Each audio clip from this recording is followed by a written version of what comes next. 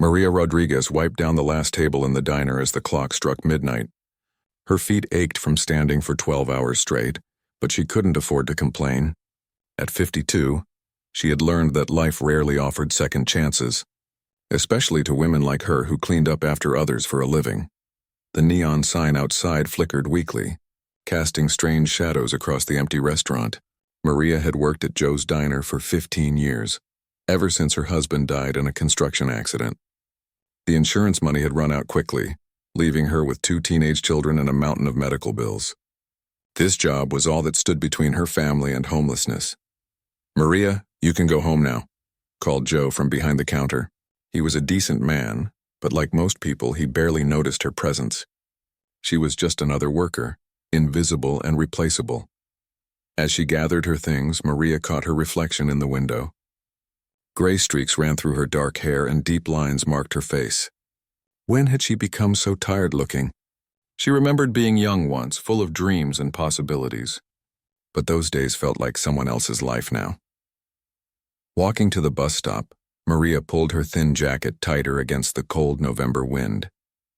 The streetlights illuminated patches of broken pavement, and she carefully stepped around the potholes. This neighborhood wasn't the safest, but it was all she could afford. The bus was nearly empty at this hour. Maria took a seat near the back and watched the city pass by through dirty windows.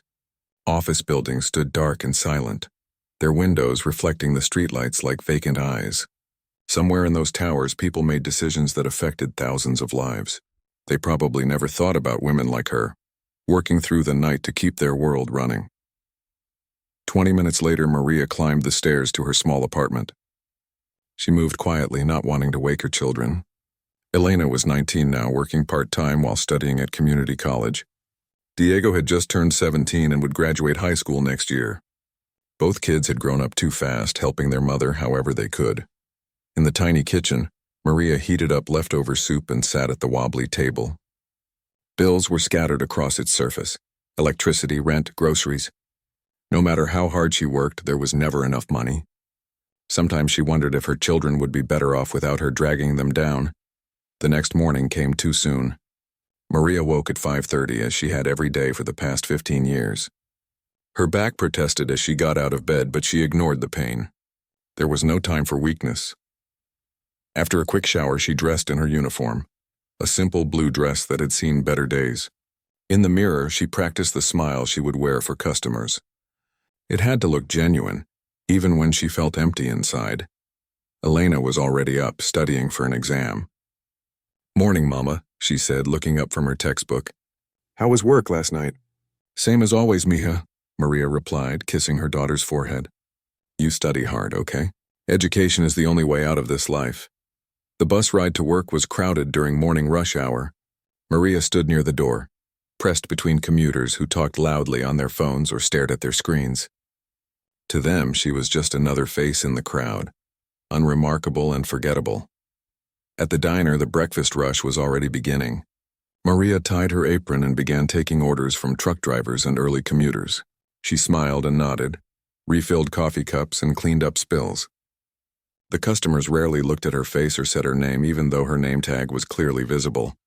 "Excuse me," called a man at table 6. "This coffee is cold." Maria hurried over with a fresh pot. The man didn't look up from his newspaper as she poured. "Sorry about that, sir," she said. But he had already forgotten she existed.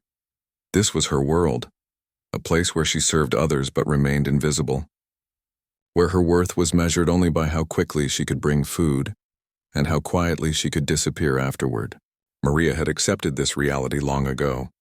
She was nobody special, just another working woman trying to survive. During her lunch break, Maria sat in the alley behind the diner. She ate a peanut butter sandwich and watched pigeons fight over crumbs. Even the birds seemed to have more purpose than she did. At least they knew where they belonged. A newspaper blew across the ground and Maria picked it up. The headline spoke of wars and politics, of important people making important decisions. She wondered what it would feel like to matter, to have people pay attention when she spoke. But that was a foolish dream for someone like her. As she walked back inside, Maria caught sight of herself in the glass door. There she was again, the tired woman with graying hair and worn-out clothes. The woman who nobody noticed. the woman who might as well be invisible. The afternoon shift continued much like the morning. More customers came and went, ordering food and leaving tips that barely covered her bus fare home. Maria served them all with the same practiced smile, the same polite words. She was good at her job, even if nobody seemed to notice. By evening, her feet were swollen and her back ached constantly. But Maria kept working because she had no choice. Somewhere in the distance, she could hear the sound of military planes flying overhead. The Air Force base was only 30 miles away, though it might as well have been on another planet for someone like her. As closing time approached, Maria began the familiar routine of wiping down tables and stacking chairs. Tomorrow would bring the same customers, the same invisibility, the same struggle to make ends meet. She had no reason to expect anything different. But sometimes life has plans that nobody sees coming. Sometimes the smallest actions can lead to the biggest changes. And sometimes people who feel invisible are exactly the ones the world needs to see. Maria finished her work and prepared for another long night, unaware that in just a few days everything she thought she knew about herself would change forever. The universe was already setting events in motion that would transform her from nobody into somebody extraordinary. 3 days later, Maria was cleaning tables during the afternoon lull when she noticed a young man sitting alone in the corner booth. He wore civilian clothes, but something about his posture suggested military training. His shoulders were squared, his back straight, and his eyes constantly scanned the room as if watching for threats.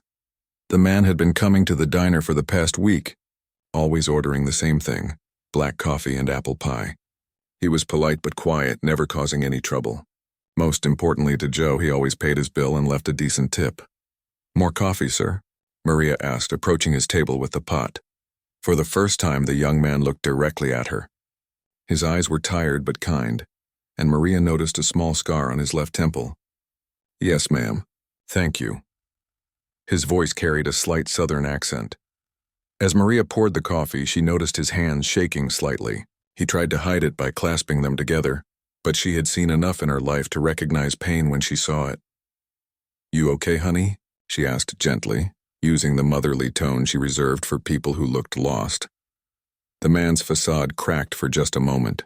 "Just tired, ma'am." "Long trip." Maria nodded and started to walk away, but something made her turn back. Maybe it was the way he held himself, like someone carrying an invisible weight. Maybe it was the loneliness in his eyes that reminded her of her own reflection. "You need anything else? I could ask Joe to make you a fresh piece of pie. This one's been sitting under the heat lamp for hours." A genuine smile crossed the young man's face. "That would be very kind. I'm Michael, by the way." "Maria," she replied, returning his smile. "I'll be right back with that pie." In the kitchen, Joe grumbled about making fresh pie for one customer, but Maria had ways of persuading him. She had been working there long enough to know which battles were worth fighting. When she returned with the warm apple pie, Michael was staring out the window at something she couldn't see. His jaw was tight, and that haunted look had returned to his eyes. "Here you go, fresh from the oven," Maria said, setting the plate down carefully. "Thank you, ma'am. You didn't have to do that." "We all need a little kindness sometimes," Maria replied. She hesitated for a moment, then added, "You're military, aren't you?" Michael nodded slowly. "Just got back from Afghanistan. Still adjusting to all this." He gestured vaguely at the normal world around them. Maria had heard about soldiers coming home changed. Her neighbor's son had returned from Iraq and spent months barely leaving his room. The news talked about something called PTSD, but she didn't pretend to understand what these young people had been through. "Well, you're safe here," she said simply. "If you need anything, you just let me know." Over the next few days, Michael became a regular fixture at table 6. He usually came in during the quiet afternoon hours when the diner was mostly empty. Maria would bring him coffee and pie, and sometimes they would talk about simple things: the weather, the neighborhood, her children's progress in school. Michael never spoke about the war, and Maria never asked. She could see he was healing from something deeper than physical wounds, and she knew that healing took time. Instead, she offered him what she gave everyone: quiet kindness and a place where nobody would bother him. One Tuesday afternoon, Michael wasn't alone. 3 other young men sat with him, all with the same military bearing despite their civilian clothes. They talked in low voices, and Maria caught fragments about benefits and paperwork and waiting for answers. When she brought over their order, one of the men was saying, "The VA is backed up for months. My buddy's been waiting 8 weeks just for an appointment. System's broken, another added bitterly. We serve our country and this is how they treat us when we come home. Maria set down their plates and refilled their coffee cups. She didn't say anything, but she listened. These young men had sacrificed so much and now they were struggling just to get the help they deserved. It reminded her of her own fights with insurance companies after her husband died. Endless phone calls, lost paperwork, and people who treated her like she was asking for charity instead of what she was owed. After the men left, Michael lingered as usual. "Sorry about that," he said. "My buddies get pretty heated about the VA situation." "No need to apologize," Maria replied. "Sounds like you boys have been through enough without having to fight for help when you get home." Michael looked surprised. Most civilians either thanked them for their service with empty words or avoided talking about military issues altogether. But Maria spoke like someone who understood what it meant to fight bureaucracy while dealing with personal tragedy. "You lost someone, didn't you?" he asked gently. Maria nodded. "My husband. Construction accident. The insurance company made me jump through hoops for 2 years before they finally paid out. I learned that sometimes you have to be your own advocate in this world." They sat in comfortable silence for a few minutes. Outside, traffic moved steadily down the street, and life continued its normal rhythm. But inside the diner, 2 people who had been overlooked by the world found a moment of understanding. "Maria," Michael said finally, "would you mind if I brought some more friends by sometime? There are guys who could use a place like this. Somewhere quiet where people don't stare or ask uncomfortable questions." "Of course," Maria replied immediately. Everyone deserves a place where they can just be themselves. What Maria didn't know was that Michael's friends weren't just any soldiers. They were part of an elite unit that had seen action in some of the most dangerous places on Earth. And while they looked like regular young men trying to readjust to civilian life, they carried with them stories of extraordinary courage and sacrifice. More importantly, Michael had been watching Maria for weeks. He had seen how she treated everyone with the same gentle kindness. The truck drivers, the office workers, even the homeless man who occasionally came in for a cup of coffee. He had noticed how she remembered people's orders, how she checked on the quiet customers, how she made everyone feel welcome. In a world where Michael and his friends felt invisible and forgotten, Maria had created a small sanctuary. She didn't know it yet, but her simple acts of kindness were about to set in motion events that would change not only her life but the lives of many others. Sometimes the most powerful thing a person can do is simply see others as human beings, worthy of respect and care. Maria had been doing that every day without realizing how much it mattered. Soon, she would discover that her kindness had not gone unnoticed by people who had the power to change her world forever. 2 weeks after their first conversation, Michael arrived at the diner with 5 other men. Maria immediately noticed they were different from his previous companions. These soldiers carried themselves with an authority that came from years of leadership and command. They moved with purpose, their eyes alert and constantly assessing their surroundings. Despite their intimidating presence, they were polite and respectful. They took a large corner table and spoke quietly among themselves while Maria brought them menus. She noticed they all ordered simple meals, nothing fancy or expensive. These were men who had learned to appreciate basic comforts. "Maria," Michael said as she poured their coffee, "I'd like you to meet some friends of mine. This is Sergeant Major Williams, Lieutenant Colonel Martinez, Major Thompson, Captain Chen, and Staff Sergeant Jackson." Each man nodded politely as Michael introduced them. Maria was impressed by their courtesy but didn't think much of their ranks. Military titles meant little in her world of everyday struggles and bills to pay. "Pleasure to meet you all," she said with her usual warm smile. "You boys let me know if you need anything special." As the afternoon progressed, Maria noticed something unusual happening at their table. The men weren't just eating and talking.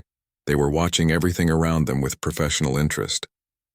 They observed how she interacted with other customers, how she handled difficult situations, and how she managed to make everyone feel welcome despite being obviously overworked and underpaid.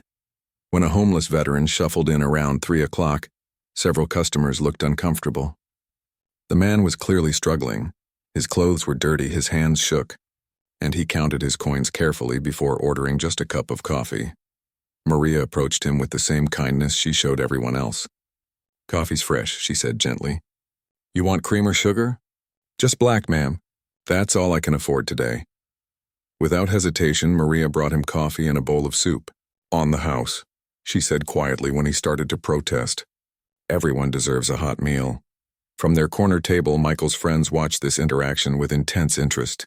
Sergeant Major Williams leaned forward slightly, his experienced eyes taking in every detail of how Maria treated the forgotten veteran. After the homeless man left, thanking Maria profusely for her kindness, Lieutenant Colonel Martinez approached the counter where she was cleaning glasses. "Excuse me, Maria, that was a very generous thing you just did." "It wasn't anything special," Maria replied, not meeting his eyes. "We all fall on hard times sometimes. You don't know who that man was, do you?" Martinez asked gently. Maria looked up, confused. "Should I?" "His name is Robert Chen. He served 3 tours in Vietnam, earned a Bronze Star for saving his squad from an ambush. He's been homeless for 15 years, battling demons that most people can't imagine." Maria felt tears sting her eyes. She had seen the pain in the old veteran's face, but hadn't known his story. "I just saw someone who needed help," she whispered. "Exactly," Martinez said. "You saw him as a human being worth caring about. Most people look right through men like Robert. They pretend they don't exist." Over the next hour, similar scenes played out.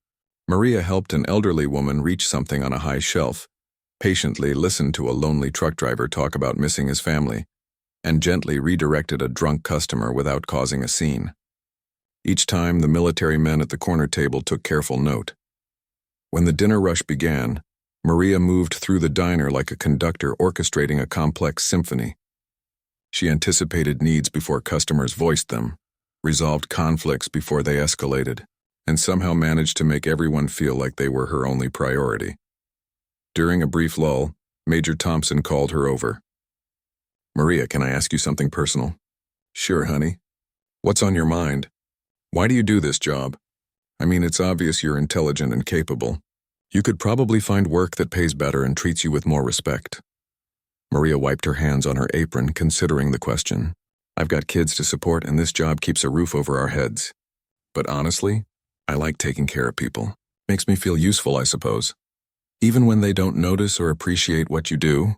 asked Captain Chen. "Especially then," Maria replied. "The people who don't get noticed, they're usually the ones who need kindness most." The soldiers exchanged meaningful glances. They had seen plenty of people who claimed to care about veterans and the downtrodden, but most of them only helped when cameras were watching or when it served their own interests. Maria's compassion was genuine, given freely without expectation of reward or recognition. As closing time approached, the military men prepared to leave.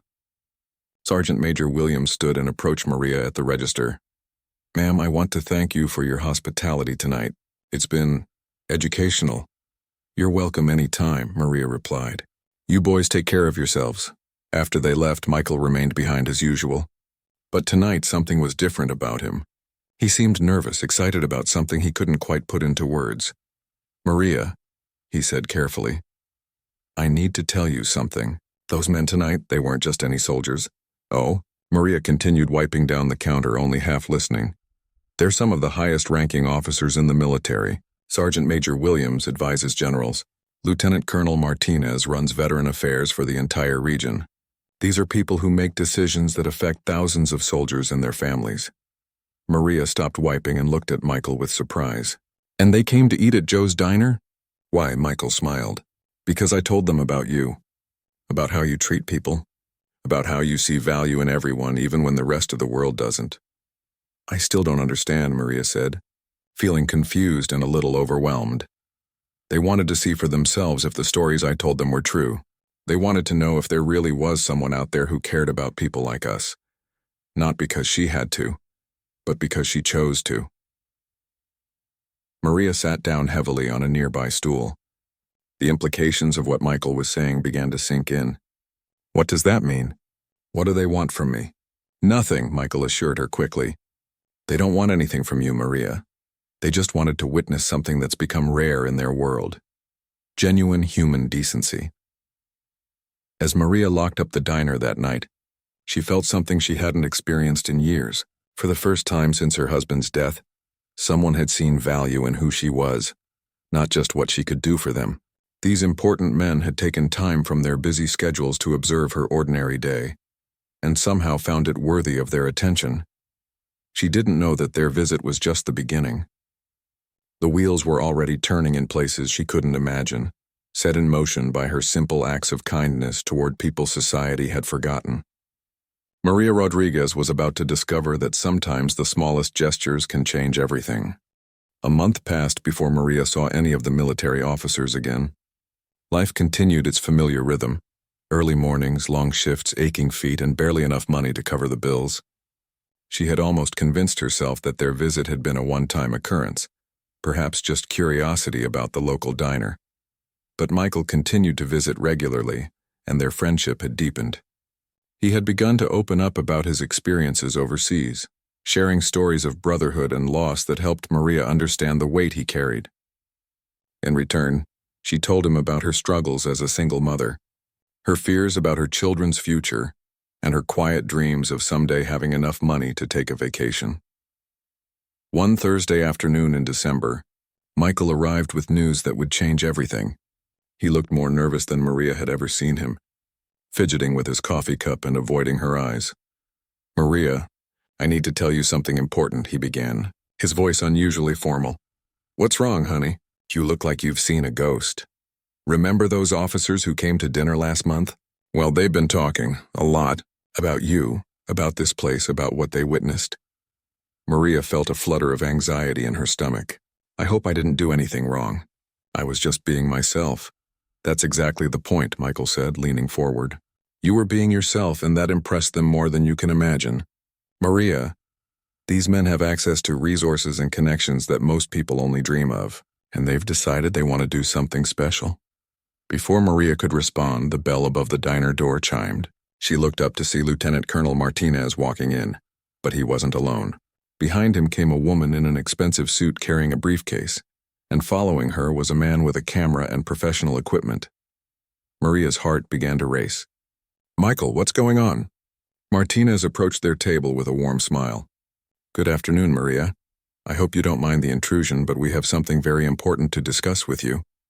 The woman in the suit extended her hand.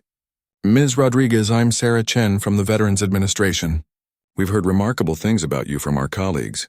Maria shook the woman's hand, feeling completely out of her depth. "I don't understand. What could the VA want with me?"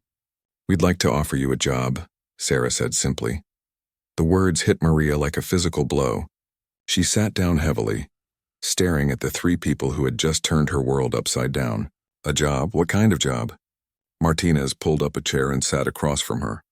"Maria, what you do here every day, taking care of people, making them feel valued and heard, that's exactly what our veterans need. The VA has been struggling to connect with the men and women we serve.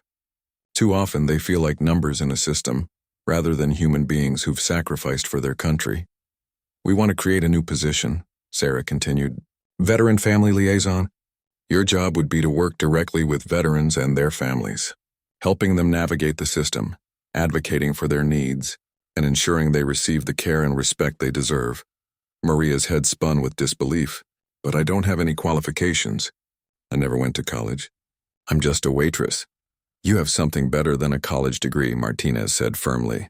"You have compassion, intuition, and the ability to make people feel valued. Those skills can't be taught in a classroom." The man with the camera stepped forward. "Ms. Rodriguez, I'm James Miller from the regional newspaper. If you accept this position, we'd like to do a feature story about your journey from diner waitress to VA advocate. Your story could inspire other communities to recognize the heroes hiding in plain sight." Maria felt overwhelmed by the magnitude of what was being offered. "What about my children? My current job? I can't just abandon Joe after 15 years. "The salary we're offering is 3 times what you make here," Sarah said gently. "Full benefits, health insurance, retirement plan. Your children could finish their education without worrying about money. And as for Joe," Martinez added with a smile, "let's just say certain government contracts for feeding military personnel might find their way to deserving local businesses."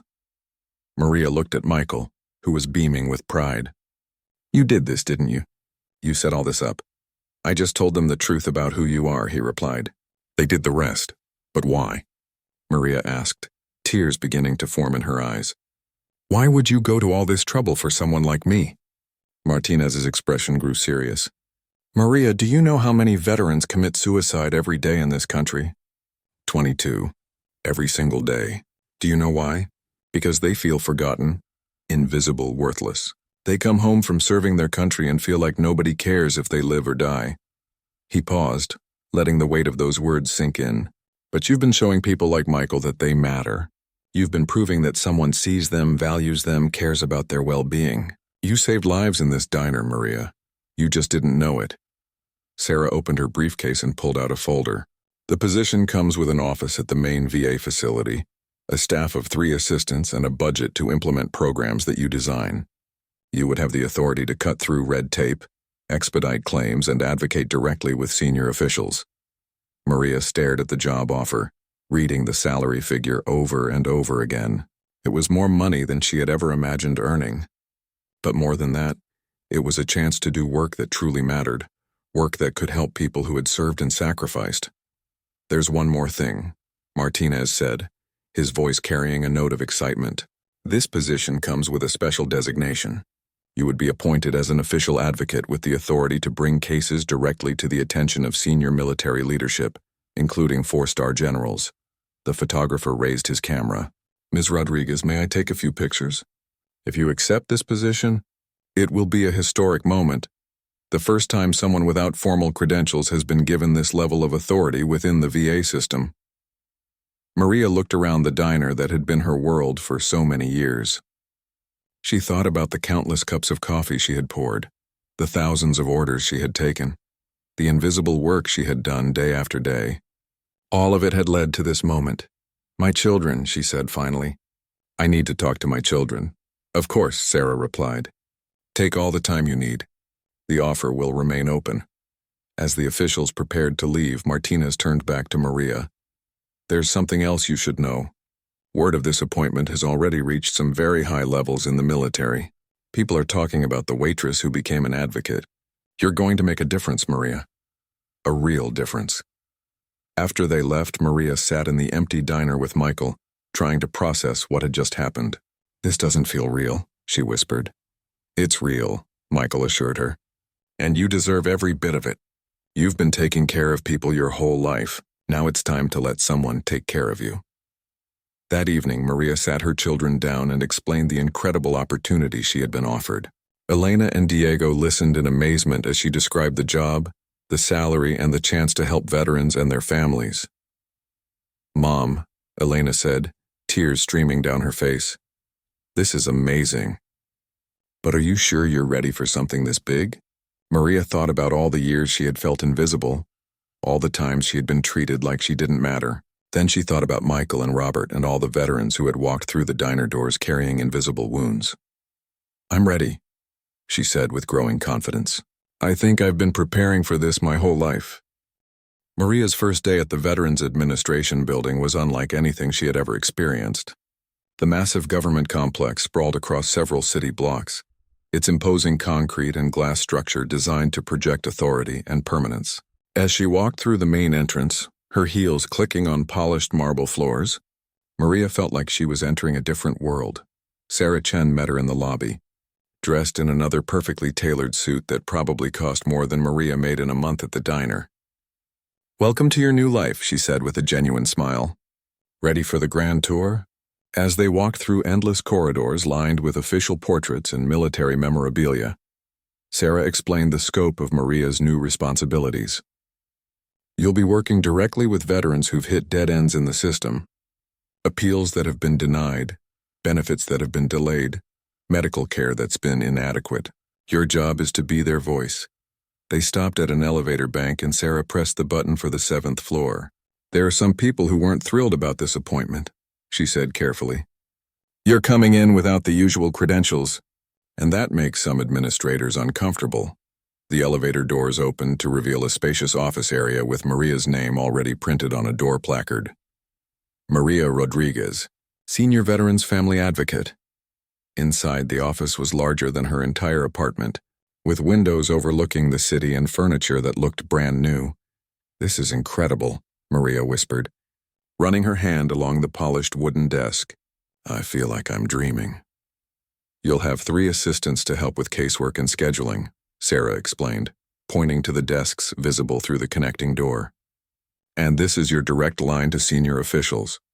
She indicated a red phone sitting prominently on Maria's desk.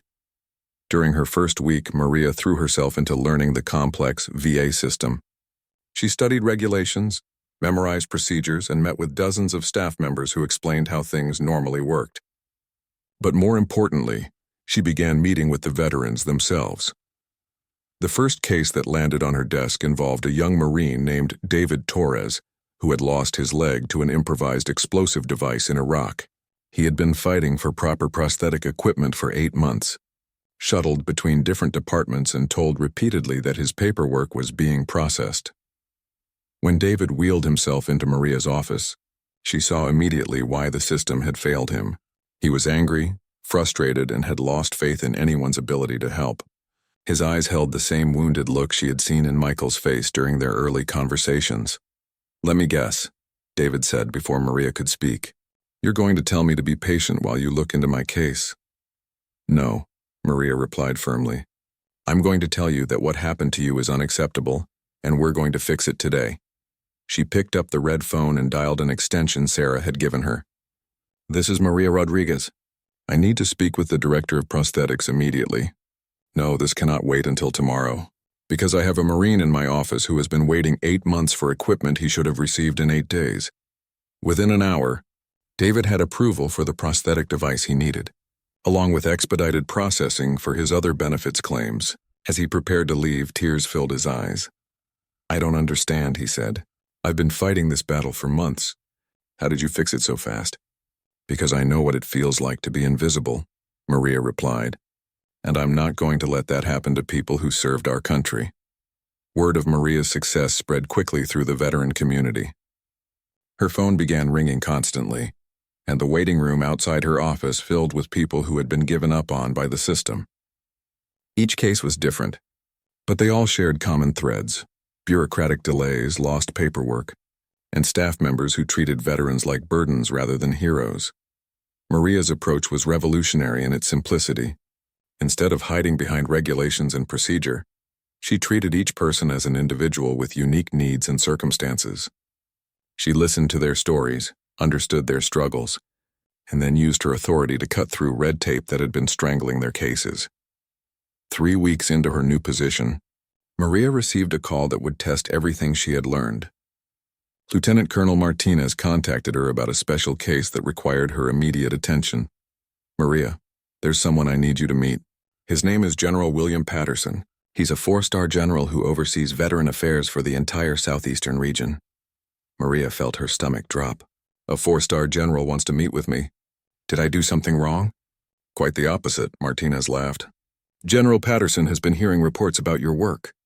The number of cases you've resolved in 3 weeks is unprecedented.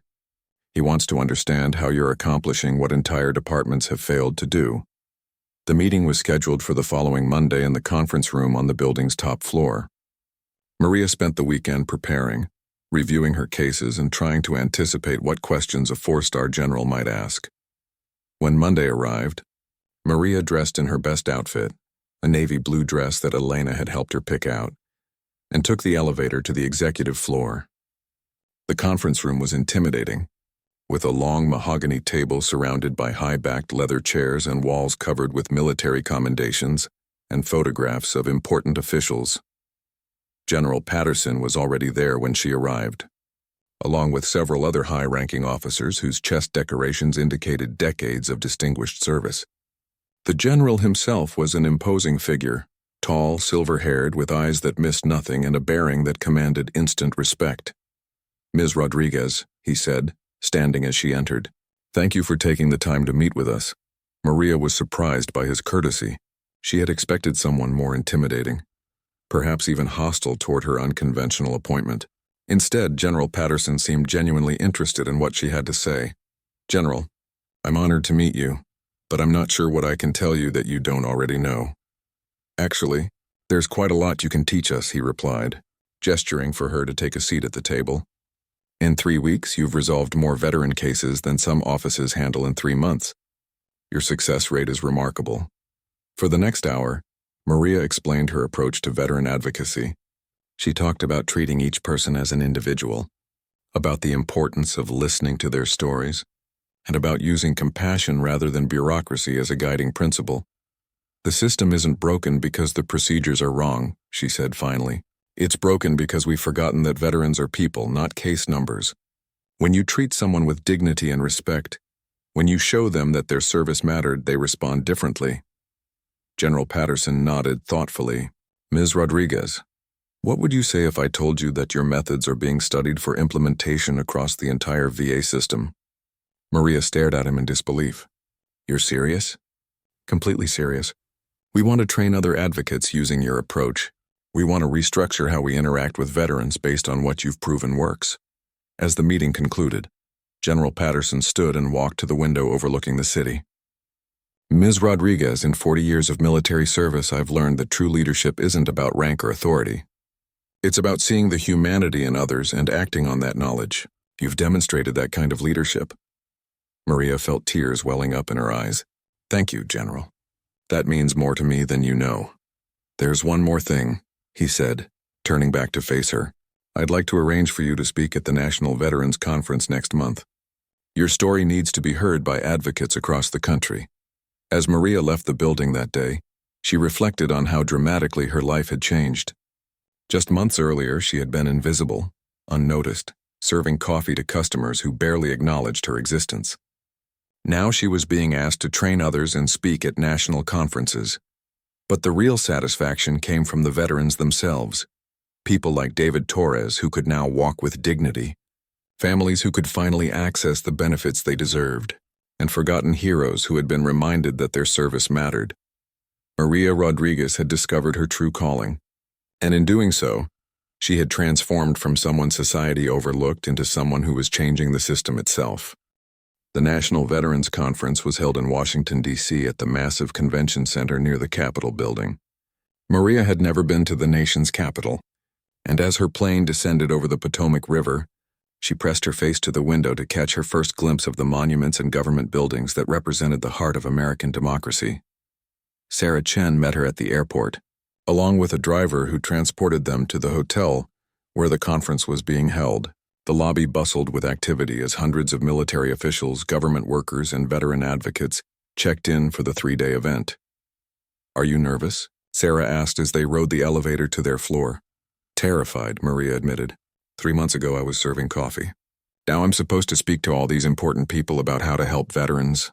"Just be yourself," Sarah advised. "That's what got you here in the first place." Maria's room overlooked the National Mall, and she spent her first evening walking among the monuments. Standing before the Vietnam Veterans Memorial, she thought about Robert Chen, the homeless veteran she had served soup to at the diner. His name was probably etched somewhere on this black granite wall, along with thousands of others who had served and sacrificed.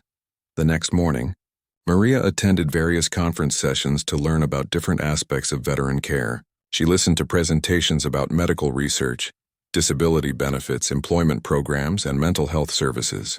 The scope of the challenges facing veterans was overwhelming, but so was the dedication of the people working to address them. During lunch, she found herself sitting at a table with advocates from around the country.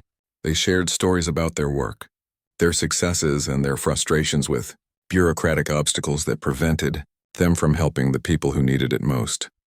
"The problem isn't resources," said a woman from California who ran a program for female veterans. "We have money and personnel.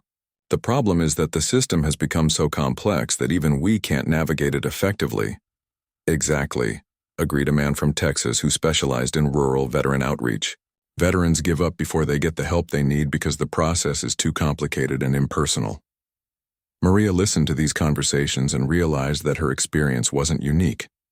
Across the country, advocates were struggling with the same issues she had encountered, a system that prioritized procedures over people. That afternoon, General Patterson introduced her to other senior military officials who would be attending her presentation the following day. Among them was General Rebecca Morrison, a 4-star general who had recently been appointed to oversee veteran affairs reform nationwide. "Ms. Rodriguez," General Morrison said, "I've read the reports about your work. The results you've achieved are exactly what we need to see happening everywhere. Thank you, General. I'm looking forward to sharing what I've learned. I should tell you that your presentation tomorrow will be attended by some very senior officials. The Secretary of Veterans Affairs will be there, along with representatives from Congress. Your story has reached the highest levels of government. Maria felt the familiar flutter of anxiety in her stomach. What if I say something wrong? I don't have experience speaking to people at that level. General Morrison smiled. Ms. Rodriguez, you've been advocating for veterans with more success than people who've been doing this job for decades. Trust your instincts. That evening, Maria called her children from her hotel room. Elena was finishing her final semester at community college with plans to transfer to a 4-year university. Diego had been accepted to 3 different colleges and was trying to decide which one to attend. Mom, we saw you on the news tonight, Elena said excitedly. They showed footage of the conference and mentioned your presentation tomorrow. We're so proud of you. I'm proud of both of you too, Maria replied. Your education was always the most important thing to me. Now you can pursue your dreams without worrying about money. The next morning, Maria woke early and spent time preparing her presentation. She had decided to focus on specific cases rather than abstract theories, believing that real stories would have more impact than statistics or policy recommendations. The main conference hall was packed with over 800 attendees. As Maria walked to the podium, she saw General Patterson in the front row, along with several other officials she had met during her brief time in the VA system. In the back of the room, she spotted news cameras and reporters who were covering the conference. Good morning, she began, her voice carrying clearly through the microphone. 3 months ago, I was working as a waitress in a diner, serving coffee to customers who barely noticed I existed. Today, I stand before you as a senior veterans family advocate, and I want to tell you how that transformation happened. For the next 30 minutes, Maria shared her story. She talked about Michael's visits to the diner, about meeting the homeless veteran Robert Chen, and about the military officials who recognized that her approach to caring for people could be applied to veteran services. But most importantly, she talked about the veterans themselves. She described David Torres and his 8-month fight for a prosthetic leg. She shared the story of a female veteran who had been denied benefits because her PTSD wasn't considered severe enough. She spoke about elderly veterans who had given up trying to navigate the system and were suffering in silence. The solution isn't more regulations or additional paperwork, Maria said, looking directly at the senior officials in the front rows. The solution is remembering that these are human beings who served our country with honor. They deserve to be treated with dignity and respect, not shuffled between departments like inconvenient problems. She described her approach to case management, listening to each veteran's story, understanding their individual needs, and then using every available resource to address those needs quickly and effectively. When you treat someone with compassion and show them that their service mattered, they respond differently, she continued. They become partners in their own recovery, rather than adversaries in a bureaucratic battle. As Maria concluded her presentation, the audience rose in a sustained standing ovation. She looked out at the sea of faces and saw something she had never expected: respect, admiration, and hope. During the question and answer session that followed, senior officials asked detailed questions about implementing her methods on a larger scale. The Secretary of Veterans Affairs himself took the microphone to ask about the specific training that would be needed to teach other advocates her approach. The most important thing isn't training, Maria replied. It's hiring people who genuinely care about helping others. You can teach procedures and regulations, but you can't teach compassion. After the session ended, Maria was surrounded by advocates from across the country who wanted to learn more about her methods. Government officials exchanged contact information with her, and reporters asked for interviews.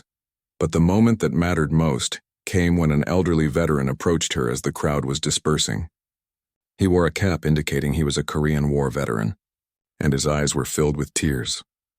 "Ma'am," he said, his voice trembling with emotion, "I've been fighting the VA for 20 years to get proper care for injuries I received in Korea. After hearing you speak, I have hope again that someone might finally listen to my story." Maria took the old veteran's hands in hers. "What's your name, sir?" "Charles Washington."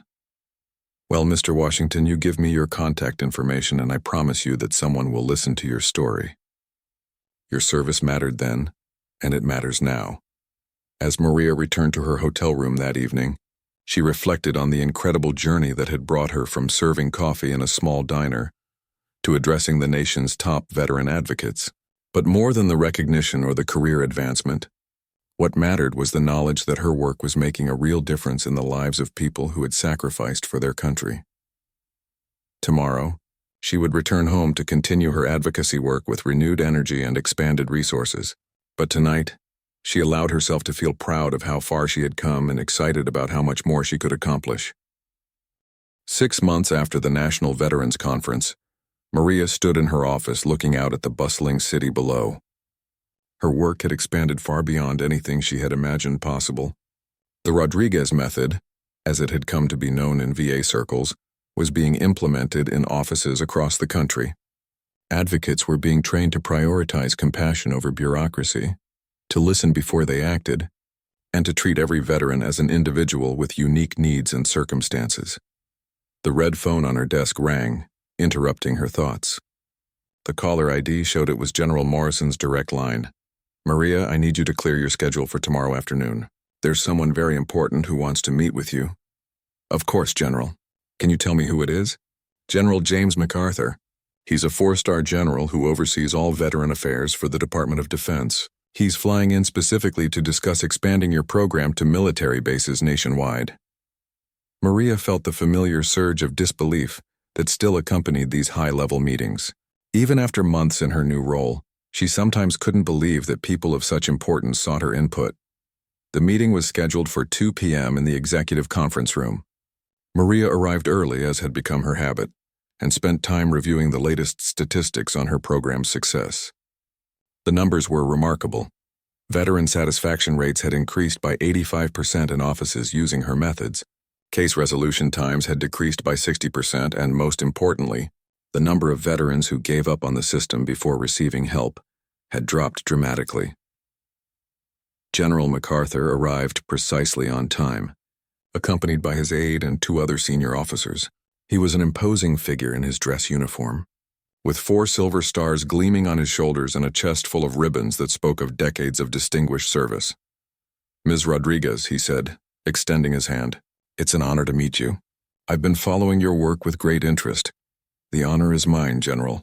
Thank you for taking the time to meet with me." As they settled around the conference table, General MacArthur got straight to the point. "Ms. Rodriguez, what you've accomplished here has caught the attention of the highest levels of military and government leadership.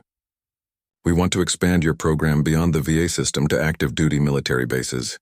He opened a folder and spread out documents showing base locations across the country. "We're proposing to establish family advocacy centers at major installations, staffed by people trained in your methods. The goal is to help military families before they become veterans with problems." Maria studied the maps and documents, overwhelmed by the scope of what was being proposed. "General, this would help thousands of families, potentially millions over time," he confirmed. "But we need someone to oversee the implementation. Someone who understands both the human element and the bureaucratic challenges." "What exactly are you asking me to do?" General MacArthur leaned forward. "We're offering you a position as Director of Military Family Services. You would report directly to the Secretary of Defense and have authority over family advocacy programs across all branches of the military." Maria stared at him in shock. "You want me to work for the Secretary of Defense?" "Not just work for," General MacArthur clarified. "We want you to advise him directly on matters affecting military families. Your insights have proven invaluable at the VA level. We believe they could revolutionize how the military supports its people." The magnitude of the offer was staggering. Maria thought about the journey that had brought her to this moment, from the invisible waitress serving coffee to truck drivers, to advocating for veterans, to being offered a position at the highest levels of military leadership. "I need to think about this, General. It's a huge responsibility, of course. Take all the time you need. But I should mention that there's another component to this offer. If you accept, you would receive a special civilian appointment that comes with unique privileges and recognition." Before Maria could ask what that meant, the conference room door opened. Sarah Chen entered, followed by several other officials Maria didn't recognize. But it was the last person to enter who took her breath away. It was General Morrison, but she wasn't alone. Behind her walked a distinguished woman in an elegant suit whom Maria recognized from news broadcasts, the Secretary of Defense herself. "Ms. Rodriguez," General MacArthur said, standing at attention, "I'd like you to meet Secretary Williams." Maria rose shakily to her feet, unsure of the proper protocol for meeting the Secretary of Defense. But Secretary Williams approached her with a warm smile and extended her hand like any other person seeking an introduction. "Ms. Rodriguez, it's a pleasure to finally meet you. I've heard remarkable things about your work." "Thank you, Madam Secretary. I'm honored to meet you. Please sit down. I've come here today because I wanted to discuss your future personally." As everyone took their seats, Secretary Williams opened a leather portfolio. "Maria, may I call you Maria? Your approach to helping veterans and military families has produced results that exceed anything we've seen in decades. But more than that, you've reminded us of something fundamental that we'd lost sight of."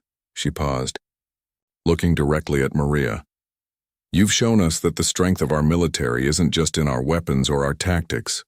It's in how we care for the people who serve and their families. That's a lesson worth more than any strategic victory." "I've just been trying to help people who needed it," Maria replied. "Exactly, and that simple approach has transformed lives and inspired changes throughout the entire system." Secretary Williams removed a document from her portfolio. "Maria, if you accept the position General MacArthur described, you would be the first person without formal military experience to hold such a senior role in military family services." She slid the document across the table. "But there's something else.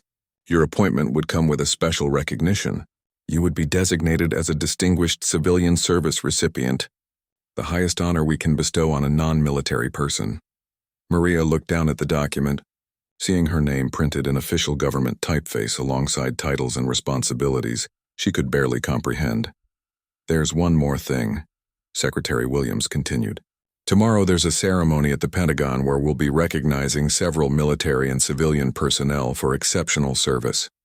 If you accept this position, I'd like you to be there." "What kind of ceremony?" General MacArthur smiled. "The kind where 4-star generals and cabinet members stand when you enter the room." That evening, Maria called Elena and Diego to share the incredible news. Her children listened in amazement as she described the offer and the recognition that would come with it. "Mom, do you realize what this means?" Elena said. "You'll be one of the most influential people in the country when it comes to military policy." "It doesn't feel real," Maria admitted. "Sometimes I think I'm going to wake up and find myself back at the diner." "You deserve this," Diego said firmly. "Everything you've accomplished, you've earned through caring about people and working harder than anyone expected." The next afternoon, Maria found herself in a government car driving through the gates of the Pentagon. As the massive building came into view, she thought about all the decisions made within those walls that affected millions of people around the world. The ceremony was held in a grand hall filled with senior military officers, government officials, and family members of those being honored. Maria was seated in the front row next to recipients of various military decorations. When her name was called, Maria walked to the podium where Secretary Williams and General MacArthur waited. The hall fell silent as her story was read aloud. The waitress who became an advocate, the woman who transformed veteran services through compassion and dedication. For exceptional civilian service in revolutionizing military family support systems and veteran advocacy, Secretary Williams announced, "We present the Distinguished Civilian Service Award to Maria Rodriguez." As the medal was placed around her neck, the entire assembly rose in a thunderous standing ovation. But in the front row, Maria saw something that moved her even more than all the military brass and government officials. Michael was there, wearing his dress uniform and beaming with pride. Next to him sat David Torres, the young Marine whose prosthetic leg case had been one of Maria's first successes. Behind them, she spotted several other veterans she had helped during her time at the VA. As the applause continued, General MacArthur stepped forward. In a gesture that stunned everyone present, the 4-star general raised his hand in a crisp military salute. "Ma'am," he said in a voice that carried throughout the silent hall, "on behalf of every service member and veteran whose life you've touched, thank you for reminding us what true service looks like." One by one, every military officer in the hall rose and saluted. Hundreds of men and women who had dedicated their lives to serving their country were paying their respects to a former waitress. who had shown them that the greatest strength comes from caring for others. As Maria stood there, overwhelmed by the honor being shown to her, she thought about the journey that had brought her to this moment, from invisible to indispensable, from forgotten to celebrated, from serving coffee to serving her country at the highest levels. But most importantly, she thought about all the